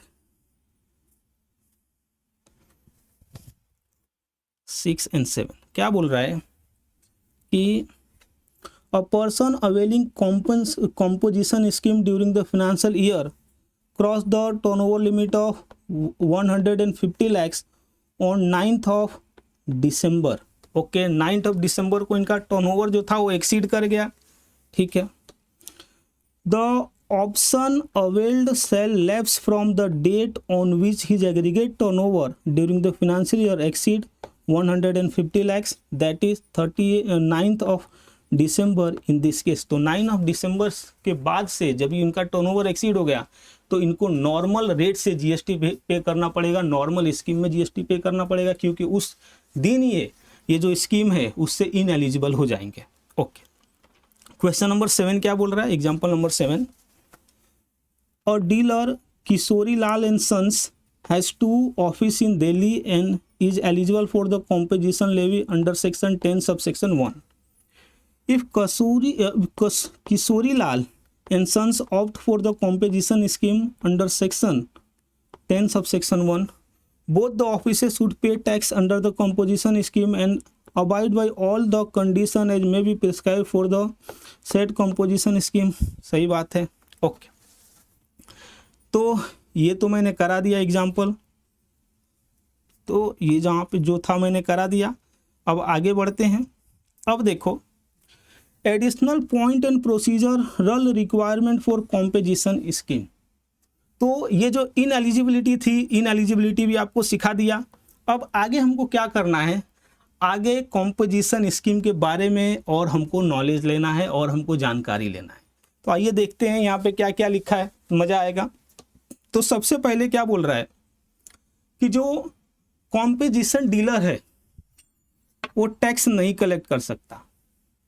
क्यों नहीं कलेक्ट कर सकता, क्योंकि गवर्नमेंट क्या बोलती है, हम आपसे 1% टैक्स मांग रहे हैं, सर्विस के केस में 5% या 6% मांग रहे हैं, तो आप ये लोगों से कलेक्ट मत करो, आप अपने जेब से भरो। ओके, ठीक है। इसीलिए जो कॉम्पोजिशन स्कीम में सप्लायर रहेगा वो सप्लायर टैक्स इनवॉइस इशू ही नहीं कर सकता, क्योंकि अगर जो टैक्स इनवॉइस इशू करेगा तो इनवॉइस पे वो जीएसटी दिखा देगा। ओके, तो जो सामने वाले पैसे देंगे जीएसटी के साथ देंगे ना, इसीलिए गवर्नमेंट क्या बोलती है कि आप टैक्स इनवॉइस इशू ही नहीं कर सकते, आपको बिल ऑफ सप्लाई इशू करना है जिसमें आप जीएसटी नहीं दिखा सकते। ओके, तो कहने का मतलब क्या है, बिल ऑफ सप्लाई में क्या डिटेल रहेगा, ये डिटेल रहेगा कि जो गुड्स है या फिर सर्विस है वो कितने का है, उस पर टैक्स नहीं लगेगा। टैक्स ये जो कॉम्पोजिशन डीलर है, कॉम्पोजिशन सप्लायर है, उनको अपने जेब से भरना पड़ेगा। आगे क्या बोल रहा है कि जो भी ये बिल इशू करेंगे वो बिल पे उनको मेंशन करना पड़ेगा। क्या मेंशन करना पड़ेगा, देखिए, composition taxable person not eligible to collect tax on supplies. ये गवर्नमेंट क्यों ऐसा मैंडेट कर रही है, क्योंकि देखो कस्टमर भोले रहते हैं भाई, उनको ज़्यादा जीएसटी का नॉलेज नहीं है और बिजनेसमैन हर चीज़ें कस्टमर से ही लेना चाहते हैं। तो अगर जो ऐसा मैंडेट नहीं करती ना गवर्नमेंट जीएसटी लॉ, देन ये क्या करते, कॉम्पोजिशन स्कीम में रजिस्ट्रेशन लेते, बिल पे ऐसा कुछ दिखाते नहीं, और फिर क्या होता, बिल पे दिखाते नहीं और कस्टमर से जीएसटी भी ले लेते कि भाई हम सेल कर रहे हैं, जीएसटी में रजिस्ट्रेशन है, मेरा नंबर देखो, तो जीएसटी भी दो। समझे, तो ऐसा ना हो, ऐसा सिचुएशन ना अराइज हो, इसीलिए जो ये बिल ऑफ सप्लाई इशू करेंगे टैक्सेबल इनवॉइस तो इशू कर नहीं सकते, तो बिल ऑफ सप्लाई पे इनको ये लिख देना है। ओके, और क्या बोल रहा है, ये जो कॉम्पोजिशन डीलर रहेगा उसका जो भी बिजनेस प्लेस रहेगा वो बिजनेस प्लेस पे लिखेगा कि कंपोजिशन टैक्सेबल पर्सन है भाई ये। ओके, जो भी इसका बिजनेस प्लेस रहेगा, जो भी हमने देखा ना एग्जाम्पल कि बिजनेस का A1 A2 था, तो वहाँ पे उसका बिजनेस का GST नंबर रहता है हर जगह पे, और वहाँ पे इसको कंपोजिशन डीलर भी उसके नीचे लिखना है। Okay, composition taxable person. अभी देखो क्या बोला जा रहा है, इसको थोड़ा ध्यान से सुनिए। अभी ये कंपोजिशन डीलर है, अभी इसको कुछ इनवर्ड सप्लाई हुआ, जैसे कि रेंट, ठीक है, मतलब इसने प्रॉपर्टी यूज किया और प्रॉपर्टी पे इसको रेंट सामने पे करना पड़ा। अब ये रेंट पे GST RCM में पे करना पड़ता है, तो ये कॉम्पोजिशन को ये लगेगा क्या GST, मतलब RCM में टैक्स पे करना पड़ेगा क्या, तो बोला जा रहा है हाँ भाई टैक्स पे करना पड़ेगा। और ये जो टैक्स पे करना पड़ेगा, जो नॉर्मल रेट ऑफ टैक्स है 5%, 18%, उस रेट से उनको पे करना पड़ेगा, ये जो कंसेशनल रेट है उस रेट से नहीं। ठीक है, तो देखो क्या बोला जा रहा है, composition taxable person shall pay tax under RCM on the inward supply taxable at the applicable rate of tax such as 5%, 18% ETC। Okay, और देखो अगला क्या पॉइंट है, ये ITC नहीं क्लेम कर सकते हो, तो मैं कब से चिल्ला चिल्ला के बोल रहा हूँ। और सबसे इम्पॉर्टेंट ये जो RCM वाला है ना, जिस पे ये रेंट पे जो पे किए उस पे इनको RCM पे करना है गवर्नमेंट को, वो RCM तो कैश में पे करेंगे ही, उसका ये ITC भी नहीं क्लेम कर पाएंगे। नॉर्मली देखो क्या होता है RCM के केस में, एक हाथ से हम कैश में टैक्स पे करते हैं और दूसरे हाथ से ITC ले लेते हैं, लेकिन कॉम्पोजिशन में ऐसा नहीं रहता है। हमको कैश में टैक्स पे करना है RCM का, लेकिन हमको ITC उसका क्लेम करने को नहीं मिलेगा। ओके, अभी देखिए आगे क्या बोला जा रहा है, ये जो पॉइंट है ये बोल रहा है कि सेम पैन पे जितने भी रजिस्टर्ड रहेंगे पर्सन अंडर मतलब कि जितने भी रजिस्टर रहेंगे अंडर GST, ठीक है, एक पैन पे जितना भी रजिस्ट्रेशन है with in India different state में या फिर सेम स्टेट में, उस सबको कंपोजिशन स्कीम में आना पड़ेगा। ऐसा नहीं हो सकता कि मेरे 10 यूनिट हैं तो उसमें से 5 को मैं कंपोजिशन में रखता हूं और 5 को बाहर रखता हूं नॉर्मल स्कीम में, ऐसा नहीं अलाउड होगा ना। अदरवाइज क्या करेंगे, जहां जहां पे ITC लेने वाली बात आएंगे वो जो नॉर्मल रजिस्ट्रेशन है वहीं से पे करेंगे। जैसे कि अभी ये RCM वाला भी मैंने बात किया, तो क्योंकि कंपोजिशन में RCM का क्रेडिट मिलेगा नहीं, तो जो नॉर्मल रजिस्ट्रेशन है उधर से ही पे करेंगे और क्रेडिट क्लेम करेंगे। तो ऐसा ना हो, इसीलिए बिजनेस ये जो टैक्स पेयर जो गवर्नमेंट ने लॉ बनाया, जो GST का लॉ मेकर है, उसने क्या बोला कि आपके जितने भी यूनिट हैं सब कंपोजिशन स्कीम में रहेंगे। ओके, और किसी एक यूनिट ने भी ये जो कंपोजिशन स्कीम का एलिजिबिलिटी का क्राइटेरिया देखा कि कभी कभी नहीं एलिजिबल रहेंगे, कोई भी एक यूनिट तोड़ता है तो सब यूनिट तोड़ेंगे ऐसा माना जाएगा। मतलब क्या, स्कीम में आओ तो साथ में आओ, स्कीम से जाओ तो भाई साथ में सब लोग जाओ। ठीक है, अभी सब नॉर्मल में टैक्स पे करो। ओके, अब देखो ये जो लाइन है ये क्या बोल रहा है, ये बोल रहा है कि देखो जो मेघा वाला था चीजें, मेघा तुम मनी लेके सिख अरुण के साथ नागालैंड जाओ, वहां पे जो लिमिट था वो कितना था, 75 लाख का था। ओके, और जो उसको छोड़ करके दूसरे स्टेट थे उसमें कितना था, 150 लाख का था। ओके, सर्विस के केस में 50 लाख हर स्टेट में है। तो कहने का मतलब क्या है कि गुड्स के केस में या रेस्टोरेंट सर्विस के केस में जो लोअर लिमिट है, मतलब क्या, जैसे कि मेरा एक यूनिट मुंबई में है और एक नागालैंड में है, देन मेरे लिए ये जो लिमिट है टर्नओवर का, नागालैंड में 75 लाख है और मुंबई में 150 लाख है, तो कौन सा माना जाएगा, तो दोनों यूनिट के लिए 75 लाख ही हो जाएगा भाई। अगर जो कंपोजिशन स्कीम में रहना है तो 75 लाख या उससे नीचे का आपका एग्रीगेट टर्नओवर होना चाहिए इन द प्रीसीडिंग फाइनेंशियल ईयर। समझे बात को आप। ओके, अभी देखिए ये जो हमने इंटर स्टेट सप्लाई की बात की, तो इंटर स्टेट मेरा इनवर्ड सप्लाई भी होगा और इंटर स्टेट मेरा आउटवर्ड सप्लाई भी होगा। तो जो रिस्ट्रिक्शन लगा है वो मेरे आउटवर्ड सप्लाई पे लगा है, ना कि इनवर्ड सप्लाई पे। मतलब मैं परचेस एक स्टेट से दूसरे स्टेट से भी कर सकता हूँ। मतलब मैं महाराष्ट्र में तो मैं गुजरात से भी परचेस कर सकता हूँ, कहीं और से भी परचेस कर सकता हूँ। हाँ, लेकिन जब भी मुझे सेल करने की बात आएगी तो जो मेरा सेल है वो विद इन द स्टेट होना चाहिए, इंटर स्टेट नहीं। ओके, और आप देखोगे तो देखो ये जो इंटर स्टेट वाला लिमिट है प्रीवियस ईयर में रहा तो चलेगा, करंट ईयर में आपका इंटर स्टेट नहीं होना चाहिए। नहीं तो जैसे इंटर स्टेट आपका हुआ करंट ईयर में, आप ये स्कीम से बाहर चले जाओगे। ओके, आगे क्या बोला जा रहा है, वैलिडिटी ऑफ कंपोजिशन लेवी।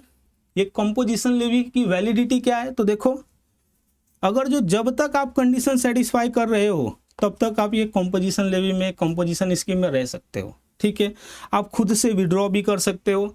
ठीक है, विड्रॉ करना है तो आपको इंटीमेशन CMP 04 में देना पड़ेगा विद इन 7 डेज। ओके, अभी क्या बोला जा रहा है कि अगर जो condition not satisfied, that is not eligible for the composition scheme, जैसे कि आपने इंटर स्टेट सप्लाई कर दिया या फिर आपका टर्नओवर एक्सीड हो गया, तो क्या करना है, आपको नॉर्मल रेट से टैक्स पे करना है, टैक्स इनवॉइस इशू करना है, उसके बाद से 7 दिन में GST CMP 04 फाइल करके इंटीमेशन देना है। ओके, आगे क्या बोला जा रहा है कि जो प्रॉपर ऑफिसर है ना, अगर जो उसको भी ये रीजन टू बिलीव है कि आप एलिजिबल नहीं हो ये स्कीम के लिए, तो वो क्या करेगा, आपको सो कॉज नोटिस इशू करेगा कि आप आकर के बताओ कि एलिजिबल हो कि नहीं हो, मुझे तो लग रहा है नहीं हो, तो आप बताओ कि आप हो।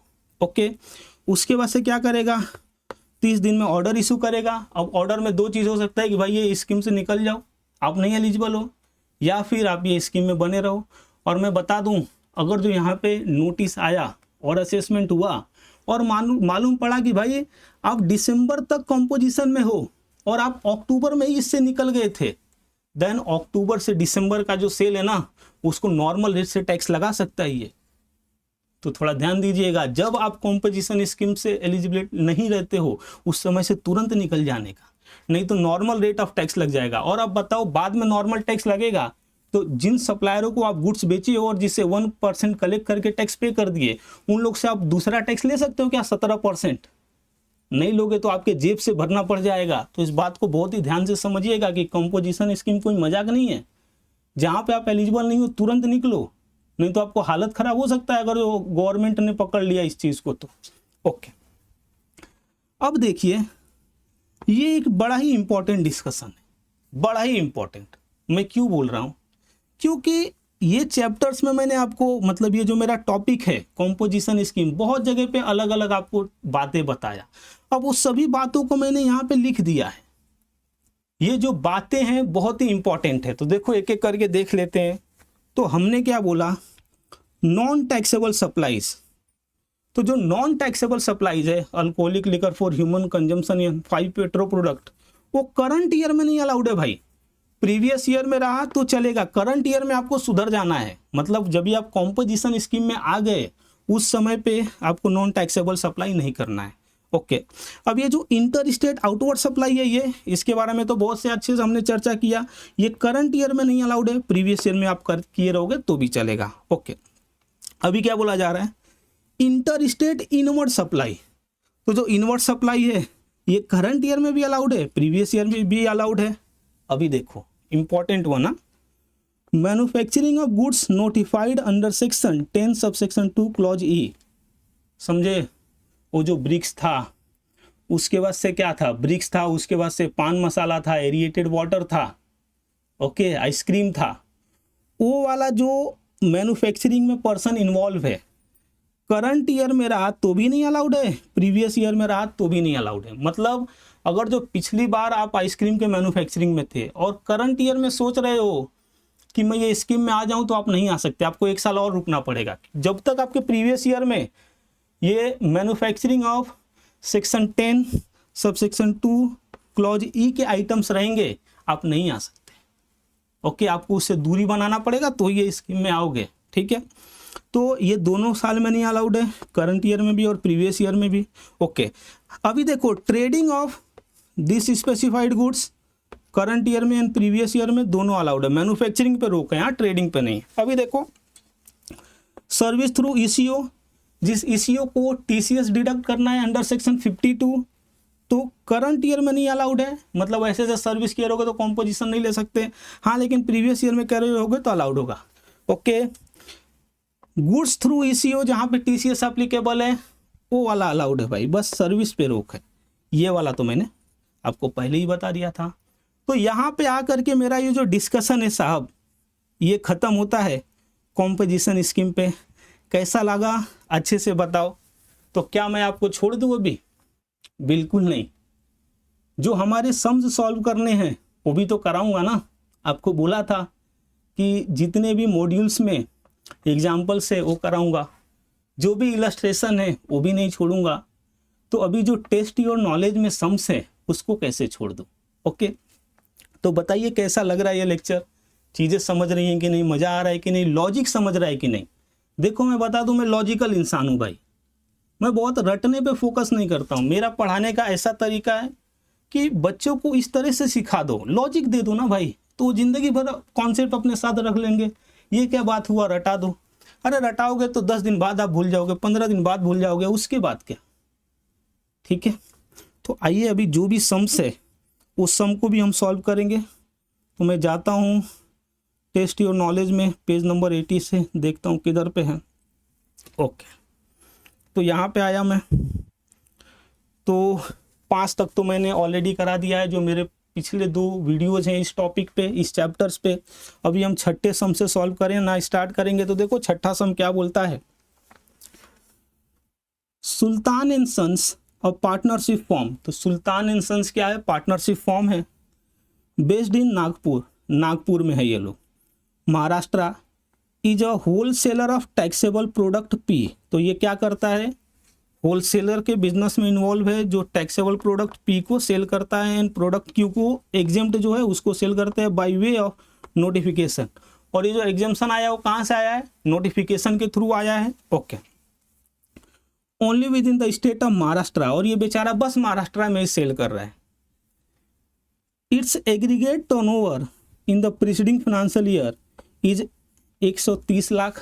Okay, the form wishes to opt for composition scheme under subsection 1 and subsection 2 of section 10 in the current financial year. However, its accountant is of the view that a person engaged in making supply of exempt goods is not eligible for the said scheme. Discuss करो।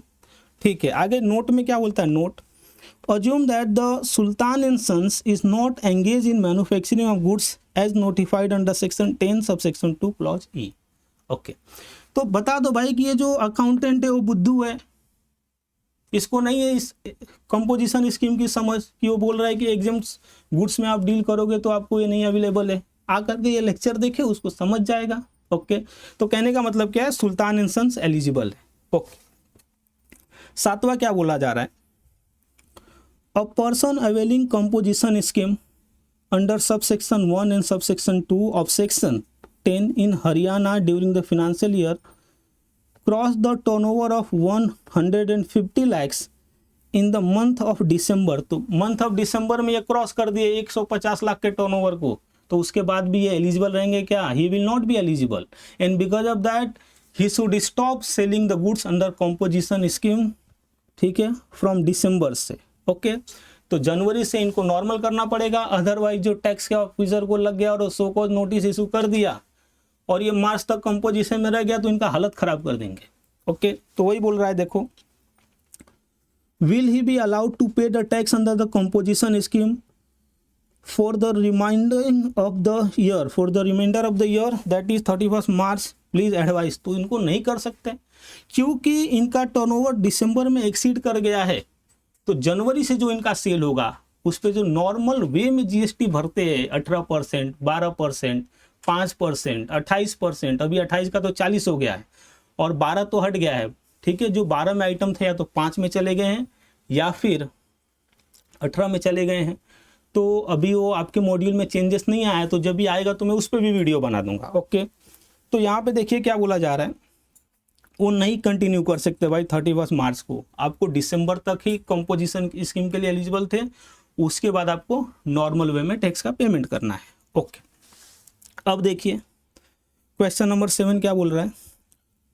Determine whether the supplier in the following case are eligible for composition levy under section 10 subsection 1 and section 10 subsection 2 provided their turnover in the preceding financial year does not exceed 150 lakhs।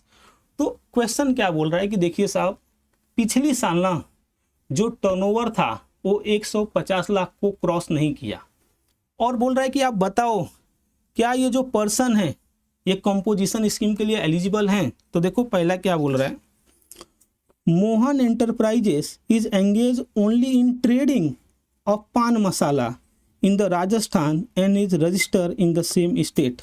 तो देखो राजस्थान का registered है और राजस्थान में ही supply कर रहा है, okay, और ये ट्रेडिंग कर रहा है, मैन्युफैक्चरिंग नहीं कर रहा है। अगर जो मैन्युफैक्चरिंग करता तो नहीं अलाउड होता, लेकिन क्योंकि ये ट्रेडिंग कर रहा है तो अलाउड है, ओके। आगे क्या बोला जा रहा है देखो, Sugam manufacturer has register office in Punjab and Haryana and sell goods manufacture by it in the neighbouring state. देखो क्या बोला जा रहा है, सुगम मैन्युफैक्चरर, ठीक है, ये मैन्युफैक्चरर है, has the register office in Punjab and Haryana, इनका रजिस्टर ऑफिस पंजाब में भी है और हरियाणा में है, okay, and sell goods manufacture by it in the neighbouring state. अरे नेबरिंग स्टेट में बेच रहे मतलब क्या, दिल्ली में बेच रहे हो, ठीक है। अब आप ऐसा कर रहे हो तो आप तो इंटर स्टेट सप्लाई कर रहे हो, तो आपके लिए थोड़े ना स्कीम बना है, ओके। अगला क्वेश्चन क्या बोल रहा है देखो, Subramanian enterprises has 2 registered place of business in Delhi, ठीक है, तो इसका 2 रजिस्टर्ड प्लेस ऑफ बिजनेस है दिल्ली में। It aggregate turnover in the preceding financial year for the both the places of business was ₹120 lakhs, ठीक है। It wish to pay the tax under the composition levy. ये क्या करना चाह रहा है, ये कंपोजिशन लेवी के तहत टैक्स का पेमेंट करना चाह रहा है under section 10 subsection 1 and section 10 subsection 2, ठीक है। For one of the place of business for the current financial year while continuing paying under the normal levy for the other. ऐसा चलेगा क्या, बिल्कुल नहीं चलेगा, सबके लिए आपको अप्लाई करना है, अगर जो कर ही रहे हो तो मैंने देखा था, ओके। अगला क्वेश्चन देखो क्या बोल रहा है कि mister Ajay has a repair centre register under GST. तो क्या हुआ है कि मिस्टर अजय का रिपेयर का सेंटर है जो जीएसटी में रजिस्टर्ड है, where electronic goods are repaired serviced, जहाँ पे इलेक्ट्रॉनिक गुड्स का रिपेयरिंग होता है, सर्विस होता है। His repair centre is located in the state of Rajasthan and he is not engage in making any inter state supply of the services, okay. इसका राजस्थान में registered business है और ये कोई भी inter state supply of service नहीं कर रहा है। His aggregate turnover in the preceding financial year is 45 lakhs। तो ये सप्लाई ऑफ सर्विस कर रहा है भाई, क्योंकि देखो ना ये क्या कर रहा है, रिपेयर एंड सर्विस कर रहा है, ओके। और प्रीसीडिंग फाइनेंशियल ईयर में टर्नओवर कितना था, 45 lakhs था, okay. Aggregate turnover with reference to the provision of CGST act 2017 examine whether Mr. Ajay can opt for the composition scheme under section 10 subsection 1 and section 10 subsection 2 for the current financial year, okay। तो ये service में है और बोल रहा है कि 10(1) और 10(2) में आप अप्लाई करो। क्या ये पॉसिबल है, बट ऑब्वियस नहीं पॉसिबल है। आगे क्या बोल रहा है, और whether he is eligible to avail the benefit of composition scheme under section 10 subsection 2A। हाँ ये बात हुई, यहाँ पे एलिजिबल है क्या, तो देखो 45 लाख सी टर्नओवर था, तो हाँ ये एलिजिबल है, ठीक है। Considering the option of the payment of tax available to mister Ajay, compute the amount of the tax payable by him in the current financial year, assuming that his aggregate turnover in the current financial year is 35 lakhs। तो 35 lakhs पे क्या होएगा, 35 lakhs के 6% लग जाएगा, तो 6% जब ये निकालोगे आप तो 2,10,000 निकल के आएगा। तो ये भी आपने देख लिया, ओके। अब देखिए अगला सम क्या बोल रहा है, question number 11। Messrs United electronics a registered dealer is supplying all types of electronic appliances in the state of Karnataka. Okay, तो यूनाइटेड इलेक्ट्रॉनिक्स से रजिस्टर्ड डीलर है, मतलब जीएसटी में रजिस्टर्ड है, और ये सप्लाई कर रहे हैं all types of electronic appliances in the state of Karnataka.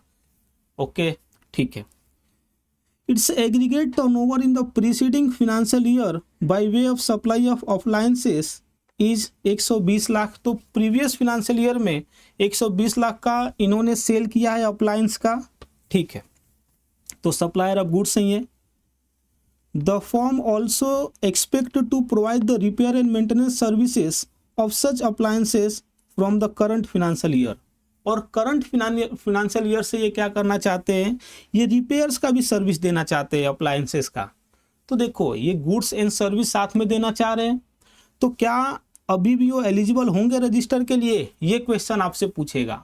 और साथ ही साथ जो मार्जिनल स्कीम में लिमिट है कि सर्विस कितना सप्लाई कर रहे हैं, वो कैलकुलेशन की बात करेगा। ओके, तो देखो क्या बोल रहा है, with reference to the provision of CGST Act 2017, examine whether the firm can opt for the compensation scheme under section 10 subsection 1 and section 10 subsection 2 for the current financial year, as turnover may include supply of goods and services।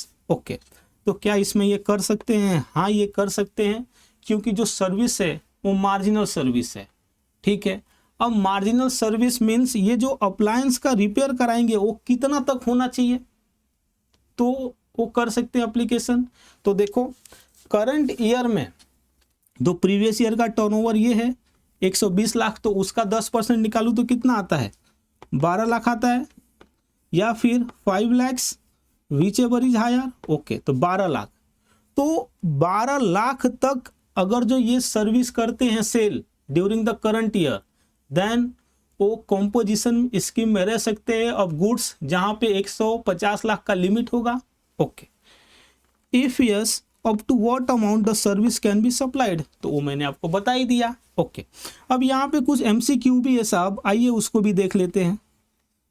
Okay, MCQ आगे आता हूँ मैं, यहीं पे रहेगा कहीं। Okay, ये देखो 2 एमसीक्यू है। क्या बोला जा रहा है, पहला,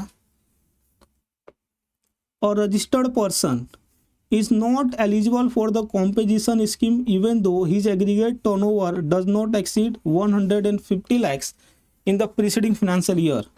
कभी ट्रेडिंग इन पान मसाला तो इनको तो अलाउड है। मैन्युफैक्चरिंग एरिएटेड वाटर, ओके, ये मैन्युफैक्चरिंग कर रहे हैं एरिएटेड वाटर का। Receiving inter state inward supply of goods, तो इनवर्ट सप्लाई तो अलाउड है। Making supply of goods exempted by way of notification, तो ये भी अलाउड है, ये भी अलाउड है, ये भी अलाउड है, ये नहीं अलाउड है। तो क्या बोला जा रहा है, और registered person manufacturing aerated water is not eligible for the compensation scheme even though his aggregate turnover does not exceed 150 lakhs in the preceding financial year। okay. दूसरा क्या बोल रहा है, देखो, Aladdin Electronics is engaged in intra-state supply of air conditioner and has a aggregate turnover of 90 lakhs in the preceding financial year. ठीक है, तो preceding financial year में उनका एग्रीगेट टर्नओवर 90 lakhs था, और ये इंट्रा स्टेट सप्लाई कर रहे हैं, ठीक है, इलेक्ट्रॉनिक्स आइटम का। Okay, in the current financial year it wish to opt for the composition scheme under section 10 subsection 1 and section 10 subsection 2। ठीक है, तो गुड्स वाले में ये जाना चाहते हैं। It will start providing service of repairing of air conditioner also from the 1 April of the current year. और क्या बोल रहे हैं कि ये जो बेचेंगे इलेक्ट्रॉनिक आइटम्स एयर कंडीशनर, उसका भी इस साल से रिपेयरिंग भी स्टार्ट करने वाले हैं। Okay, Aladdin Electronics can provide the service up to the value of to continue availing the benefit of the composition levy in the current financial year. कैसे निकालोगे, तो देखो, जो पिछली साल का टर्नओवर है 90 lakhs, उसका 10% तो 9 लाख आता है, या फिर 5 lakhs which ever is higher तो 9 लाख। तो 9 लाख तक की सर्विस देते हैं करंट फाइनेंशियल ईयर में, तो कॉम्पोजिशन स्कीम के लिए एलिजिबल रहेंगे। ओके, तो 9 lakhs, तो यहाँ पे 9 lakhs आ जाएगा। ओके, यहाँ पर आ करके दोस्तों मेरा ये जो डिस्कशन था कॉम्पोजिशन लेवी पे खत्म हुआ। क्या आपको ये समझा किस तरह से पढ़ाया, कितना लॉजिक लगा करके पढ़ाया और हर चीज को एकदम क्लियर करके आपको दिया। तो आपका भी रिस्पॉन्सिबिलिटी बनता है अभी कि मेरे चैनल को सब्सक्राइब कर लीजिए, ये वीडियो को अपने दोस्तों के साथ शेयर कीजिए, बताइए कि अभी कोई है ऐसा जो इतना लॉजिक के साथ पढ़ाता है free of cost on YouTube. Okay, और जिस बुक से मैं पढ़ा रहा हूँ, अगर जो ये बुक आपको चाहिए तो हमसे कांटेक्ट कीजिए, आपको प्रोवाइड कर देंगे। तो यहाँ पे आकर के ये जो मेरा चैप्टर था दोस्तों, ये चैप्टर ख़त्म हो गया, चार्ज ऑफ जीएसटी वाला। अब हम अगले लेक्चर्स में मिलेंगे और जहाँ पे इनपुट टैक्स क्रेडिट का जो टॉपिक है बहुत ही अच्छे से पढ़ेंगे, मज़ा आएगा। तो आप हमारे साथ बने रहिए, साथ मत छोड़िएगा, हर चीज़ आपको करके देंगे। तो चलिए मिलते हैं अगले वीडियो में दूसरे टॉपिक के साथ। Thank you.